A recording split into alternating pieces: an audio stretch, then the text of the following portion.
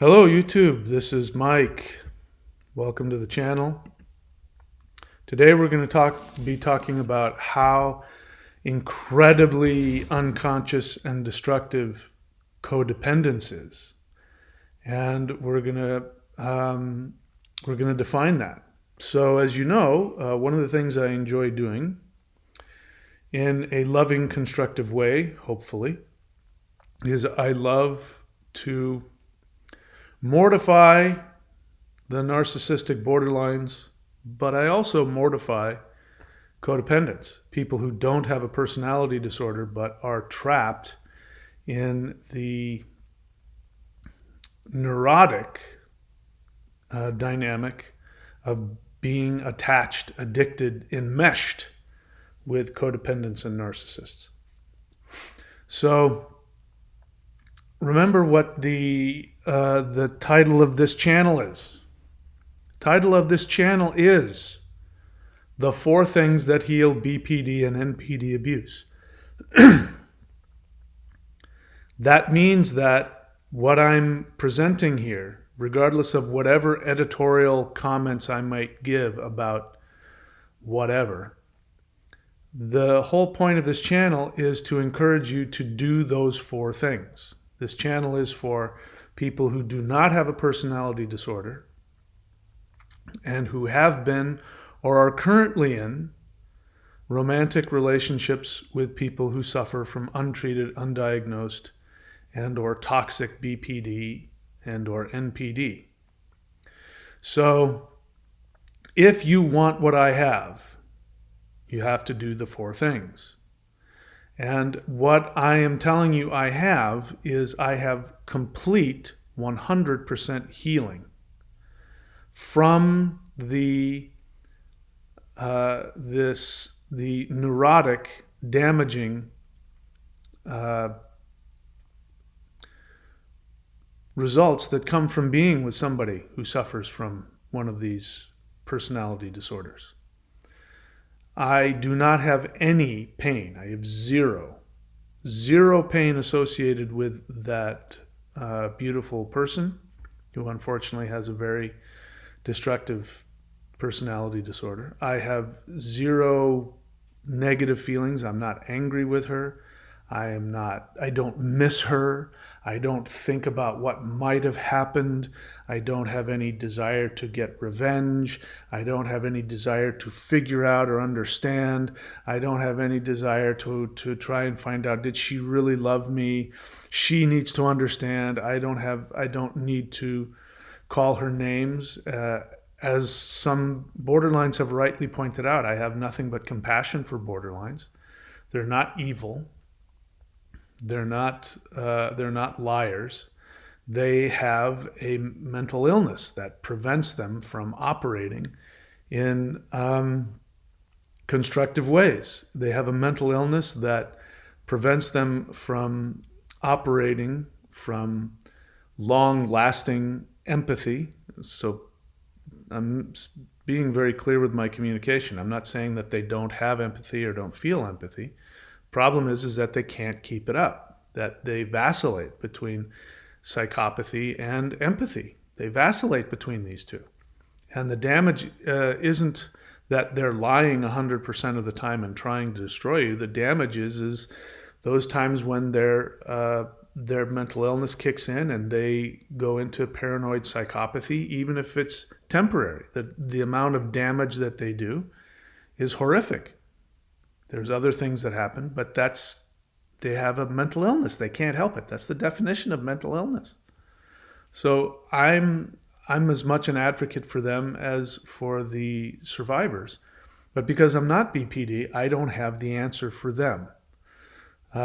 What I've seen, what works for them is, at least in one case that I have come to believe might be an actual borderline in recovery, able to have a relationship, is somebody who is so devoted to their own healing that they go to DBT therapy at least once a week.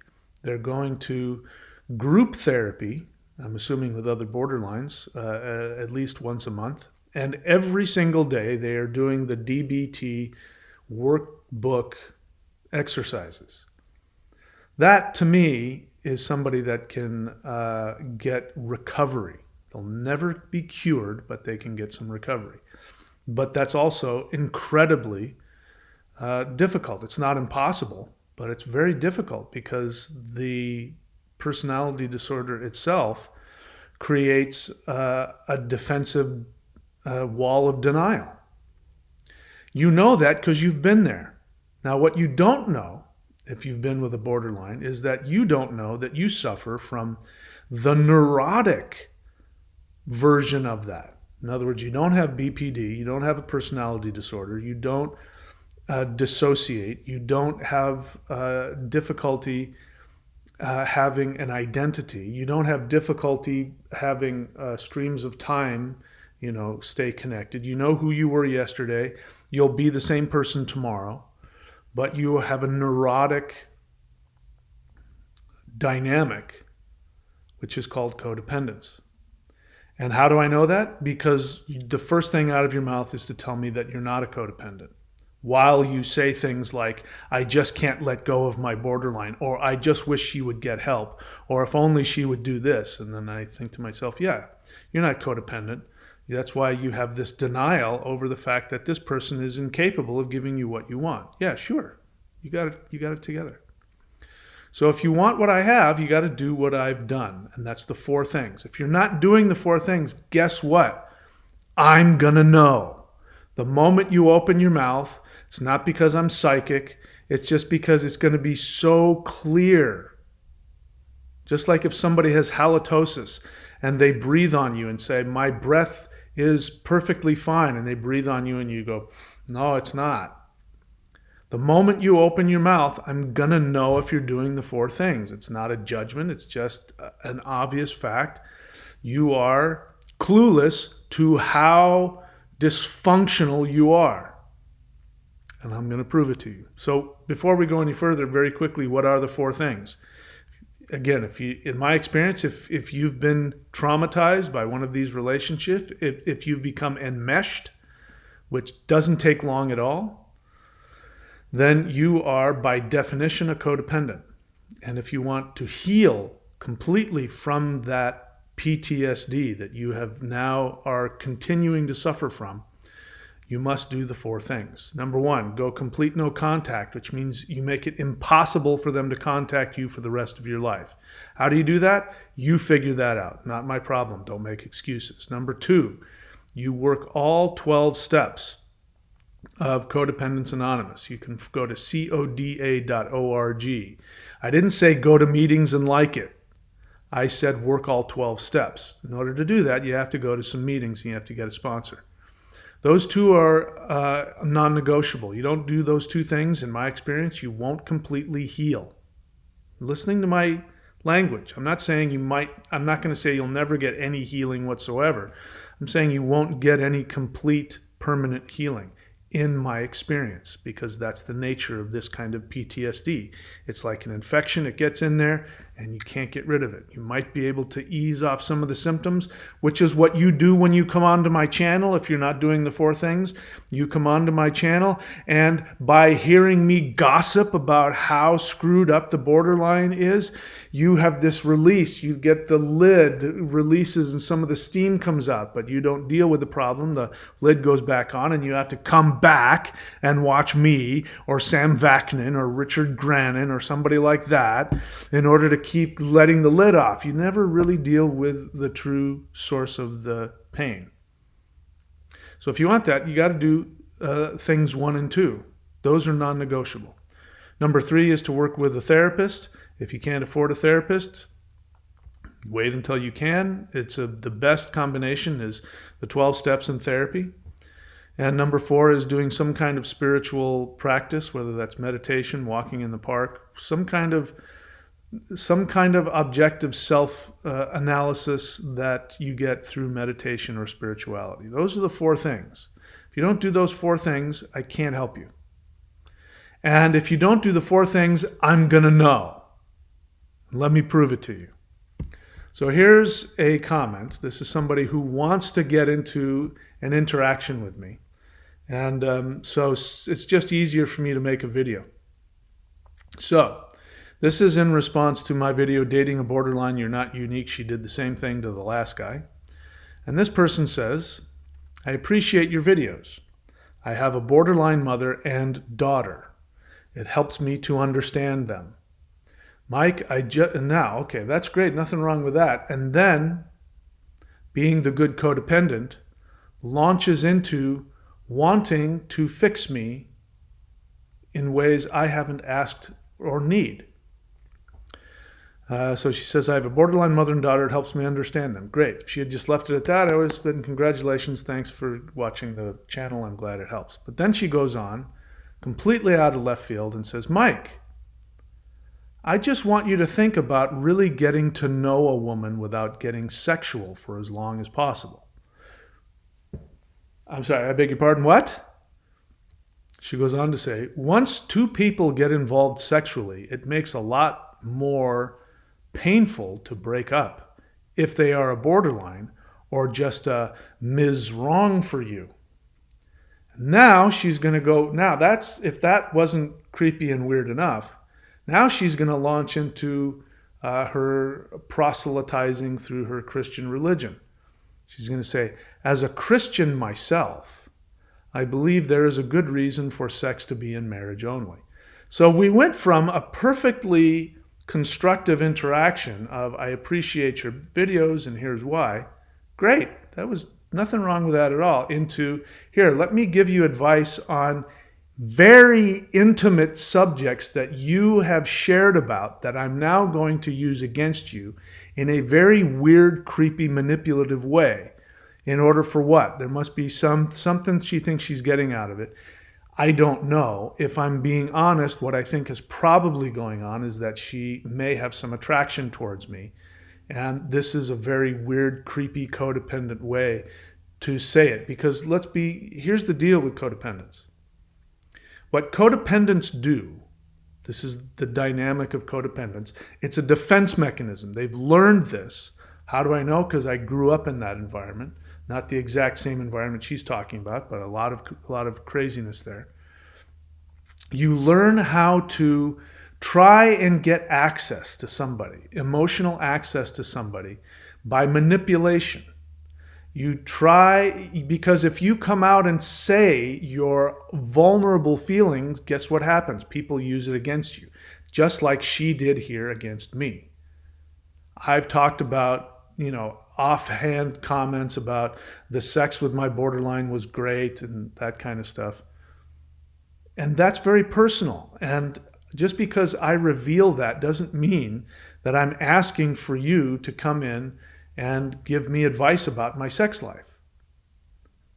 This is a woman, so to break personal boundaries to that level in such an obviously dysfunctional way, and you're clueless about it, because she seems clueless about it.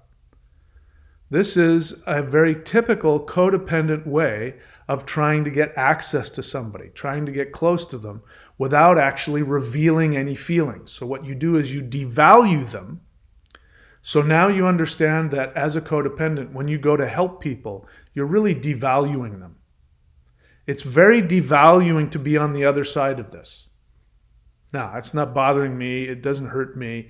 I mean, I'm not losing any sleep over it. I'm just describing it to you. So I really want you to think about really getting to know a woman. This is projection. I could be wrong, but I think she's trying to say you should get to know me. Without getting sexual for as long as possible. Once two people get involved sexually, it makes a lot more painful to break up if they're a borderline or just Miss Wrong for you. And then, if that weren't enough, she goes into her religious virtue signaling, which is also another way of devaluing somebody. She says, as a Christian myself, I believe there's a good reason for sex to be in marriage only. In other words, again, you don't know this because you don't know any other way of functioning. This isn't an attack. You're extremely codependent. And this is the only way you know how to reveal your intimate feelings to somebody. If you just say, you know what, I feel really attracted to you and I like you, And I wish that I could spend time with you. I wish I could get to know you. Because what a lot of people will do, which again is not healthy, but it's at least more honest, they'll say, I feel a strong connection to you, Mike. Can I get your email? Can we talk? I always say no, but at least that's honest. This isn't honest. This is just very duplicitous. It's manipulative, and it's devaluing. To give me advice on my personal sex life based on things I've revealed in this channel as an attempt to help give you an opportunity to go heal yourself. To take that as a means of how to gain forced entry into connecting with me is incredibly manipulative. It is abusive because it doesn't value my boundaries at all. I haven't asked anybody, and you will not find one video where I've said, gosh, maybe I need some help with my sexual life. And does anybody have any advice? I haven't said that once, have I? I don't need it. I don't want it. I'm perfectly comfortable with how I behave in romantic relationships. But now she's going to increase the devaluation. As a Christian myself, she says. So right now she's superior to me. She doesn't even know whether or not I'm a Christian. She just assumes I'm not. I was a Christian, as it so happens. I was a Christian for years. In fact, I was a minister. I was one of those guys that went on the street and preached. So I know the Bible backwards and forwards. I used to read the Bible in Greek when I was going to seminary. So I also understand the mindset of Christianity, which is a very devaluing mindset in and of itself. So now she's going to, because since I know the Christian mindset, she thinks because she's a Christian, she has access to the Holy Spirit. She is more awake and spiritually connected to God than I am, and she's going to deign to help me. Extremely codependent. She's going to give me advice on my sex life, about how I can avoid getting hurt by following her sexual mores, and then she's going to further devalue me, which is a way of controlling people, and it's a way of getting access. In her mind, she thinks what I'm going to do is, in her fantasy, what she thinks I'm going to do is I'm going to go, yeah, maybe you're right. I've been too open sexually and it's really hurt me. So you wouldn't do that to me? Oh, you're a Christian. I need God in my life. That's her fantasy, is that's what's going to happen. This is the fantasy of all Christians. I had that fantasy myself. But it's incredibly codependent. So she's going to devalue me by comparing herself to me and say that she has Jesus in her life. And because of that, she, of course, follows those mores. And because of that, she is sexually more healthy. And she's going to deign to give all this information to me out of the goodness of her heart. Here's the other thing. Codependents never do these kinds of things without having a personal and or unconscious motive. Now, I know you wrote this and you feel so attacked. You feel so maligned.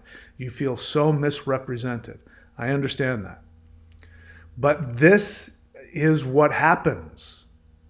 Now, most people, because these kinds of codependent tactics are so insidious and they're so well defended, because I already know what her response is going to be. Her response is going to be, you are blowing this way out of proportion. That is not, I'm just trying to be helpful to somebody. I said I liked your channel, so I'm just trying to be helpful to you. I don't want anything for myself. I already know, I've heard it a billion times. This is the brilliance of Christianity. This is the brilliance of codependence. And so people just don't, because they don't know how to respond, they'll say, okay, thanks. Yeah, no, I'm okay. Or they'll smile because what are you going to say? She's talking to you about the gospel. She's talking to you about God's love. How can you get mad at her? But when you're not looking, they're going to go, oh my God, that's so creepy. Stay away from that person. She's a nutbag. You don't believe me? I guarantee you that's what's going on. So you can be walking around, and if this is your extremely codependent, unconscious interaction with people, you're not going to know how creeped out people are, because I used that word. She's going to tell me that I'm wrong about that. So I respond to that. Let's read the whole thing again so you can map out the whole codependent conquest. This is an attempt of codependent conquest. And the bottom line is codependents, which is you if you're watching this channel. Codependents don't do things unconditionally. They're doing it for selfish reasons. They want love. They want access to people's emotions. And if they can't get them, because in their mind, they're codependent, they don't believe they deserve to be loved simply because they exist, which is a healthy thing. If you're a healthy person, you believe that you have value and worth and are lovable for no reason other than you exist. And you have self-love. But if you're a codependent, you don't believe that you are worthy of love, just like the borderline and the narcissist do not believe they're worthy of love, unless it's either, what you do.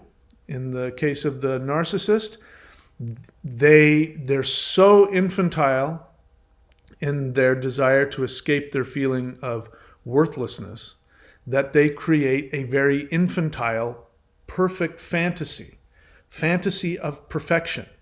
And then, because that, they think, now I deserve to be loved because of this fake personality I've created. And so you have to worship that because I'm now God. What? You don't worship God? And then they get abusive. That's a very infantile response to trauma in infancy. As I've said before, the narcissist believes that, just like an infant, that human beings are gods. They're not a god, so they're going to become one. They're going to turn you into valueless people with no identity. You're the peons that worship them. It's the pure projection of how they see themselves. The borderline, they do something similar, but they vacillate between the infant who's seeking to worship the God and the psychopath who's going to destroy you. They vacillate between those two, so it's very similar. The codependent is just further down the scale, but it's the same thing. They don't feel that they have any value in and of themselves. They don't believe that they deserve to be loved simply because they exist.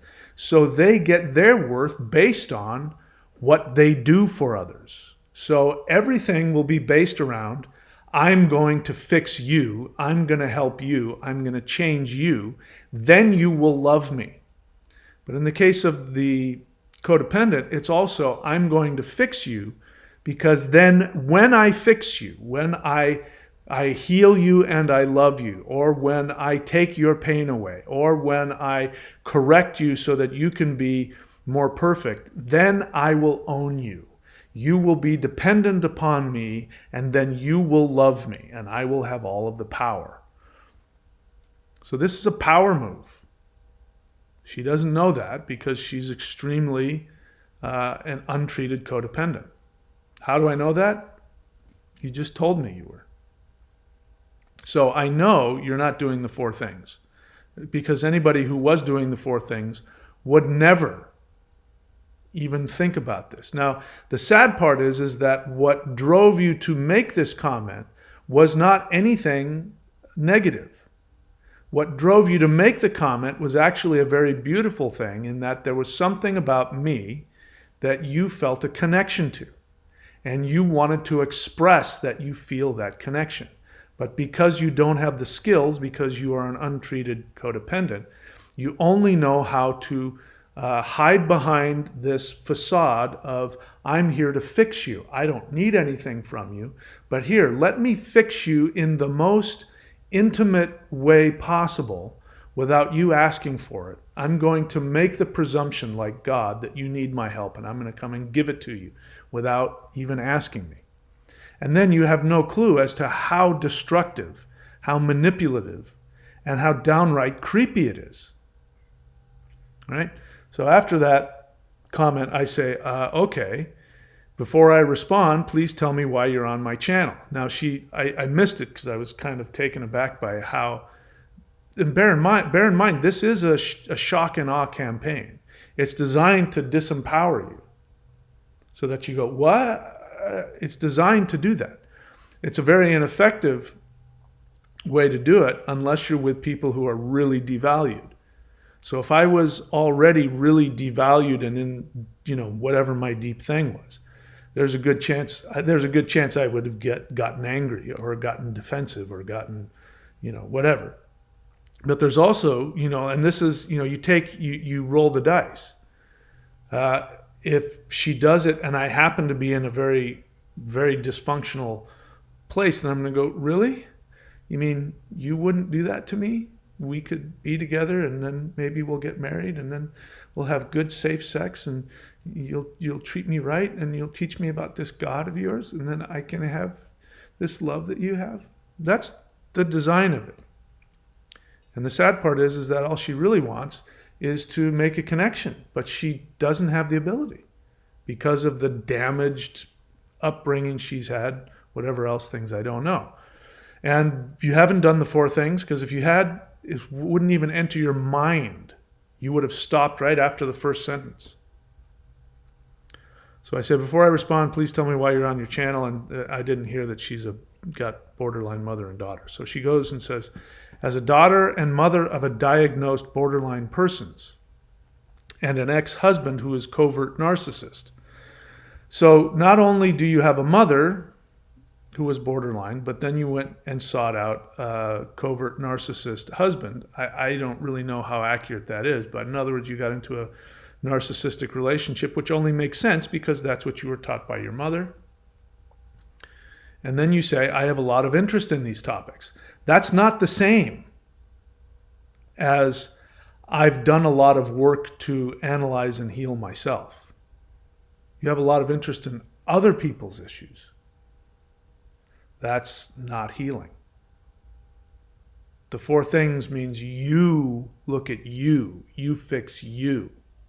Not, I'm going to try and understand everybody else's craziness so that I can protect myself and help them. That's not recovery. So she's answering my question. She's a mother and a daughter of borderlines and has an ex-husband who's a covert narcissist. She has a lot of interest in these topics, and she learns from my experiences, except for the most important ones, which were I got my ass to a CODA meeting and I worked the 12 steps. That's the most important experience that you can learn from. The rest of it is just gossip. The rest of it is just gossip so that you can feel motivated to go do the work. This is why I don't do live streams anymore, because all of the answers to all of your questions are work the 12 steps and all of your questions will be answered or they'll become meaningless. So that's why I've stopped doing live streams. Then she says, I'm not sure why you are defensive about the not asked for advice. So at least she's aware that this is unsolicited advice. Here's a great phrase to memorize. Unsolicited advice is always abusive. Now you don't have to wrestle with, in this case, should I give unsolicited advice? Now you may say, but Mike, you're doing that. No, I'm not.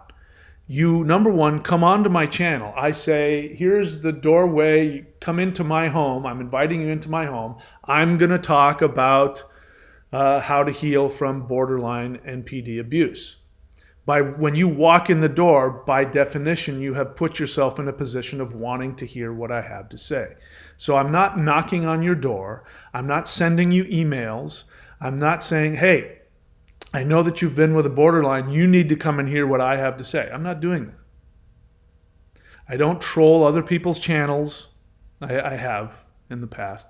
I don't do it anymore because it's not helpful. The only way people heal is if they want help. You've come onto my channel, you're interacting with me by definition, since I've put myself out there as a self-declared, quote, expert in this, as Vacton would say, a self-declared, expert. Because I've done that and you're in my home and you're interacting with me, by definition, you're asking for my advice. So it's not unsolicited. But that doesn't mean because you're coming and sitting in my seminar that I'm asking for your advice. So at the very least, what you could do is ask. So I never drive up on anybody. Out there, I never drive up on anybody. If I really want to try and help somebody, which I've learned I just don't do, it's none of my business. But if I really did, I would say, hey, I have some experience that I'd like to share with you, some suggestions about what worked for me. And then I would ask them, I'd say, would you like to hear it? Because if I don't, it's unsolicited advice, and it's always invasive, it's always manipulative, it's always devaluing, it's always abusive. Always. Every single time. And by the way, the person who left this comment, I guarantee you everybody else reading that comment was creeped out by it. I guarantee you everybody else reading it was going, wow. The fact that you're not aware of it is understandable, but it shows the depth of your untreated codependence, your unconscious motivations. And as I'm mortifying you, as they would say, I'm revealing to you how destructive and how deep your codependence is. It's not because I'm psychic. It's because I've done the work, and anybody who's done the work will know what I know. Wow, that's a really seriously untreated codependent who doesn't know how to share her intimate feelings with other people. That's sad.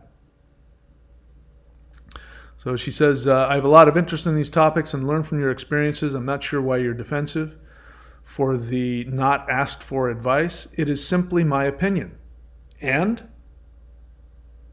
just because you have an opinion doesn't give you the right to share it. It's abusive. How is it you don't see that? And it's my opinion and experience.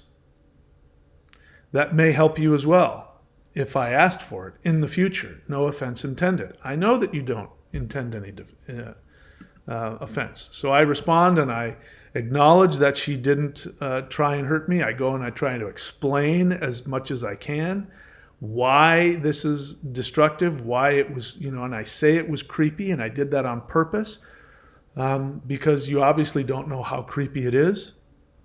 And it's not that I need to walk up to you and tell you how creepy you are, but you're violating my boundaries. And I have a right to say, that's really creepy. You need to back off. So she says, oh dear, okay, I learned about not giving unsolicited advice. Well, you obviously didn't. But that phrase is really good. Unsolicited advice is always abusive. Always. Underlined. Every single time. So now you know.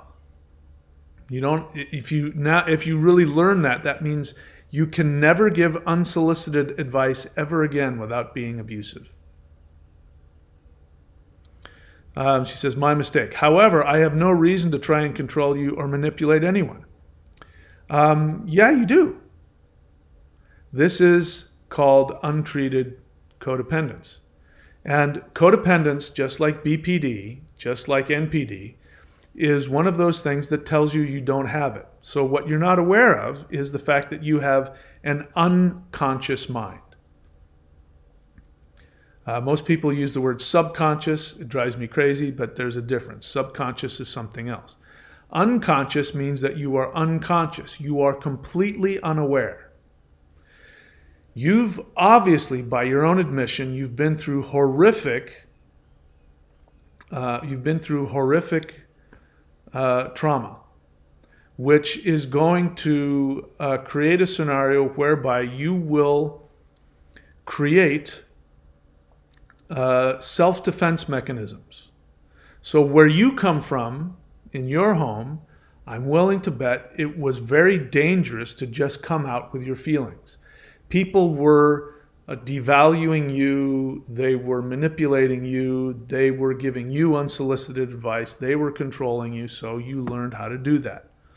You learned that when you wanted access to somebody, or you wanted to either defend yourself from them or you wanted access to them, you learned that the only way to do that was through this kind of manipulative, destructive behavior. So you're just like with the borderline, your desires are coming from a good place. Your behaviors are incredibly destructive and selfish and narcissistic. And it's happening on an unconscious level. So let me tell you what your reasons were. You did have a reason. Assuming that my assumption is correct, which again, you might not even be conscious of it, but my assumption is that there was something that I did or said or something the way that I presented myself that you found attractive. You wanted very understandably and very innocently, you wanted a connection. You didn't do what a lot of people do, which is they say, can I have your email? Can we talk? They want access, and at least they're being honest. It's inappropriate, and so I say, no, I don't want that. But you had some kind of feeling like that.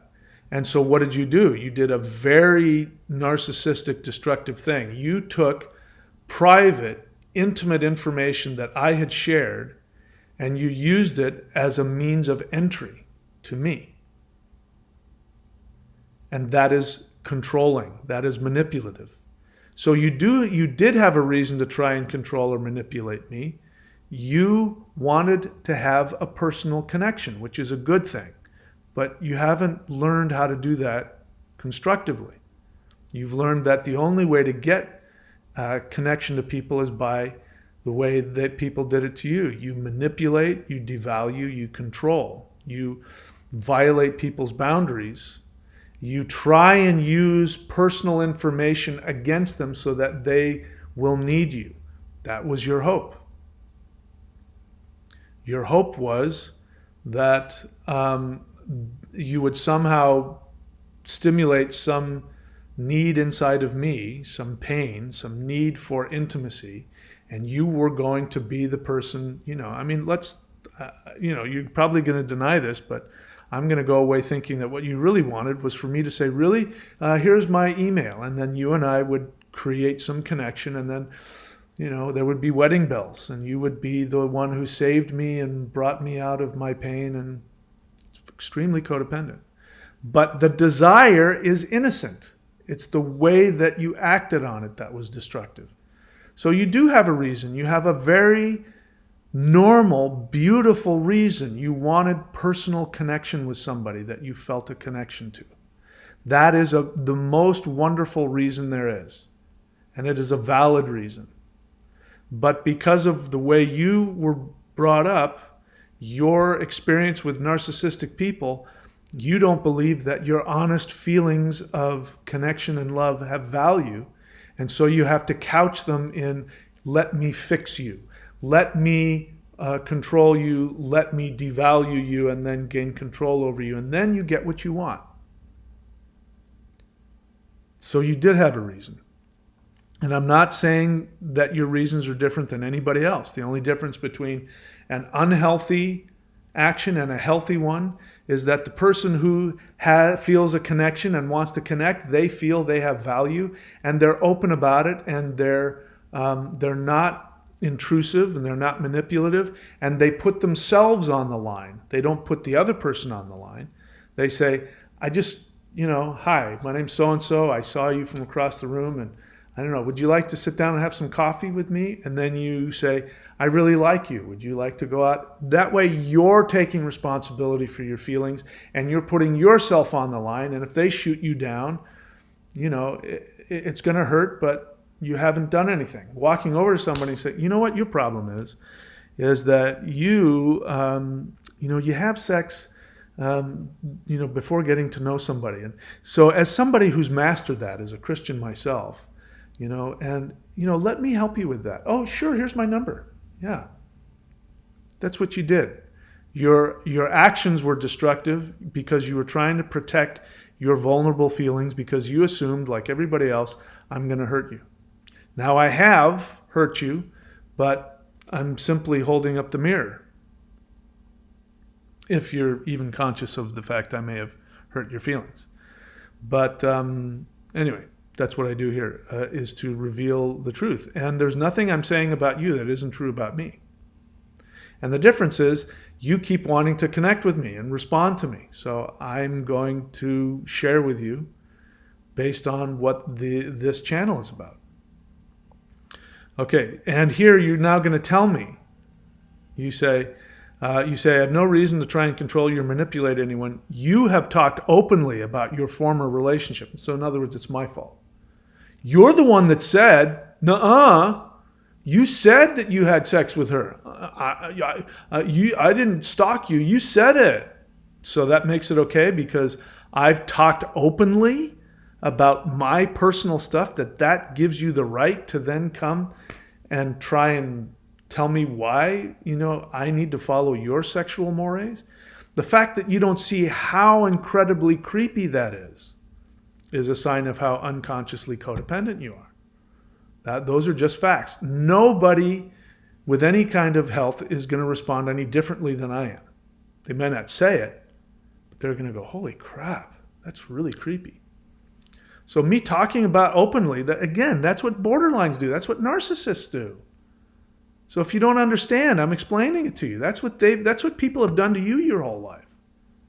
They take intimate information because, as you know, the borderline, especially, and the narcissist especially, they're looking for that intimate information that they can use against you. To do what? To gain control over you because they want the same thing. They want love. They want access. They're so damaged. They don't know how to do it without devaluing, controlling, and manipulating. So you're just repeating what somebody else must have done to you. You say you've talked openly about your former relationship. What does that have to do with you coming and telling me how I should, how I should, live my sexual life? It's really abusive. And it's hurtful. If you don't see how abusive it is, at the very least, you didn't know any better. It's incredibly damaging, and you should never do it again, in my opinion. And I'm sure other people have the same response. And then when you say, as far as you saying my comment is creepy, I'm not sure if you're going a tad overboard. So now you're gaslighting me out of my feelings. Because by me saying it's creepy, that's a feeling. Now, feelings don't have to be rational, but I have the right to them. And you have absolutely zero right to tell me that I can't have that feeling. Saying that it's creepy is not an attack or a judgment. That's my experience. My experience of that was creepy. So, really, where do you get off telling me what my feelings are? You can't gaslight me out of my feelings.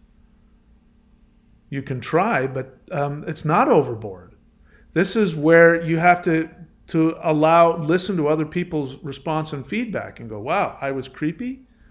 I didn't mean that to be creepy. You could have said that. You could have said, as far as you saying my comment is creepy, I don't feel I was creepy at all. It didn't feel creepy to me at all. I thought I was being helpful. I thought I was being kind. Yeah, that's where we need to be aware of our behavior. That you're obviously unconscious about, but it is creepy. There's, taking intimate knowledge that somebody has either shared or you found out and using it against them to gain leverage over them is creepy. It's abusive. Period. End of discussion.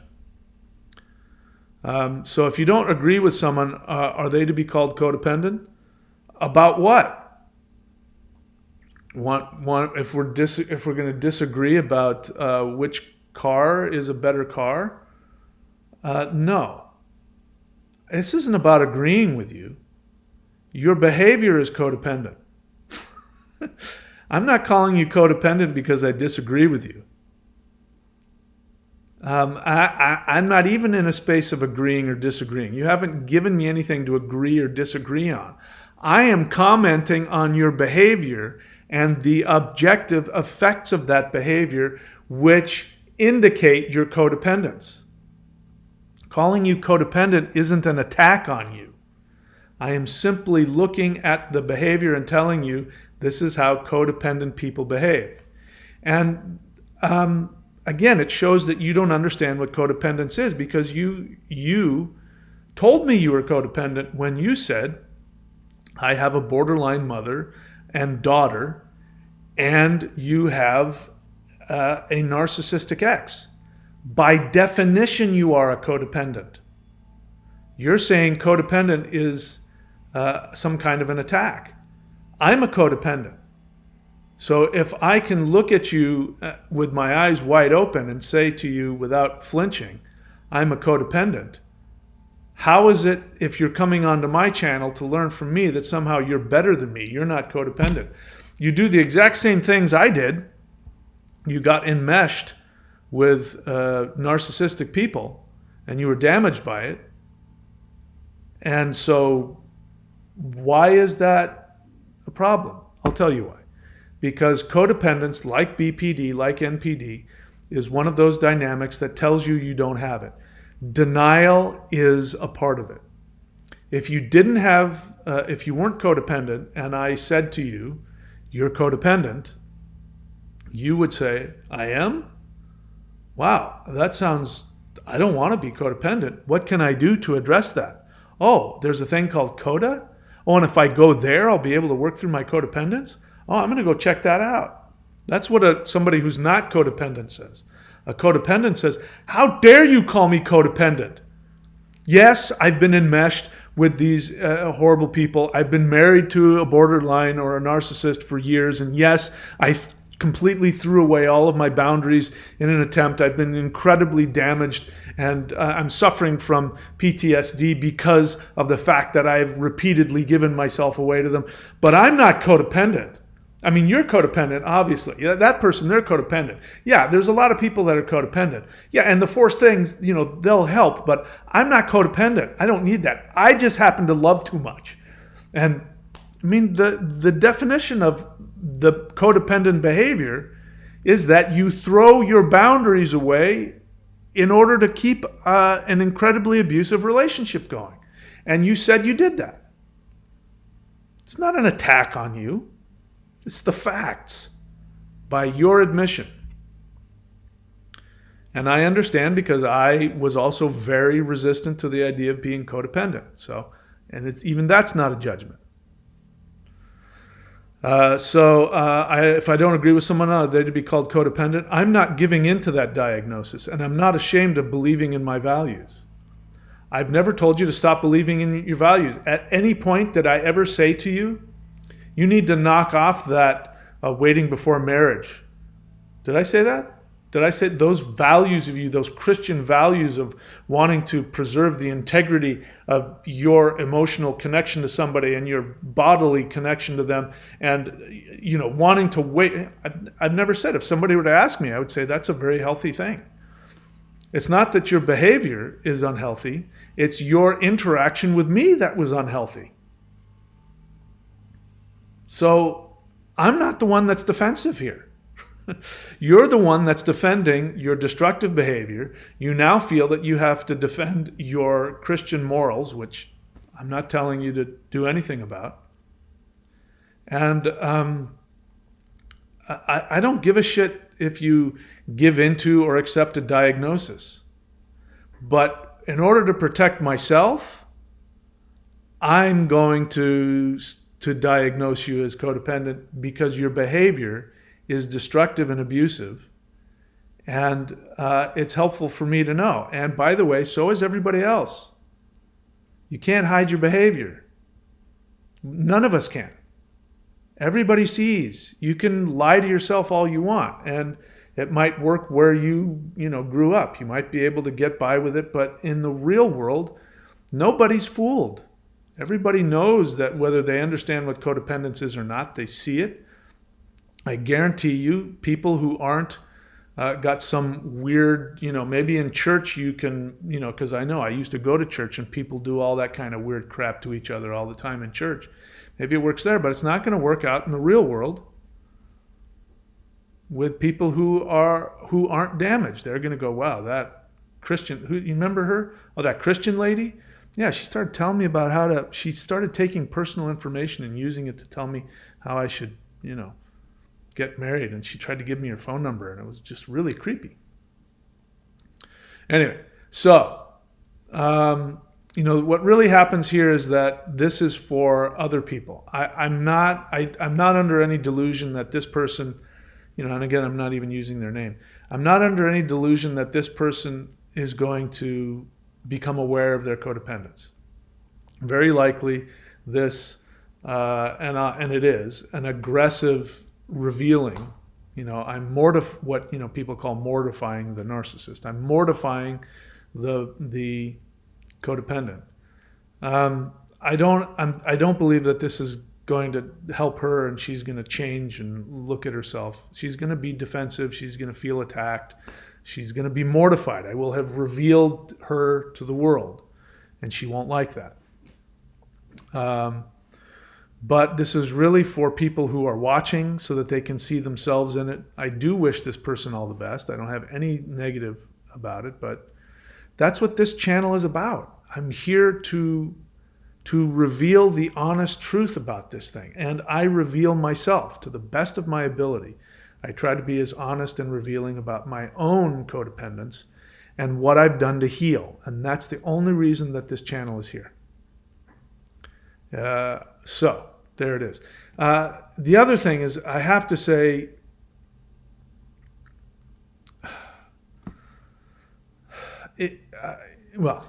I could go further, but I'm not. I'll just leave it there. All right. So that's it for this time, guys. Again, if you want what I have, assuming you even think I have something of value, if you want what I have, you've got to do what I've done. The first two things of the four things are absolutely necessary, and that is to go complete no contact, make it impossible for them to contact you, and to work all 12 steps with a sponsor. I didn't say go to meetings and like it. Work all 12 steps with a sponsor. And then get a therapist later, and of course do some kind of spiritual or meditative practice. Those things will heal you of the damage and the PTSD you're suffering from in that relationship. That's all. All right, guys. Take care.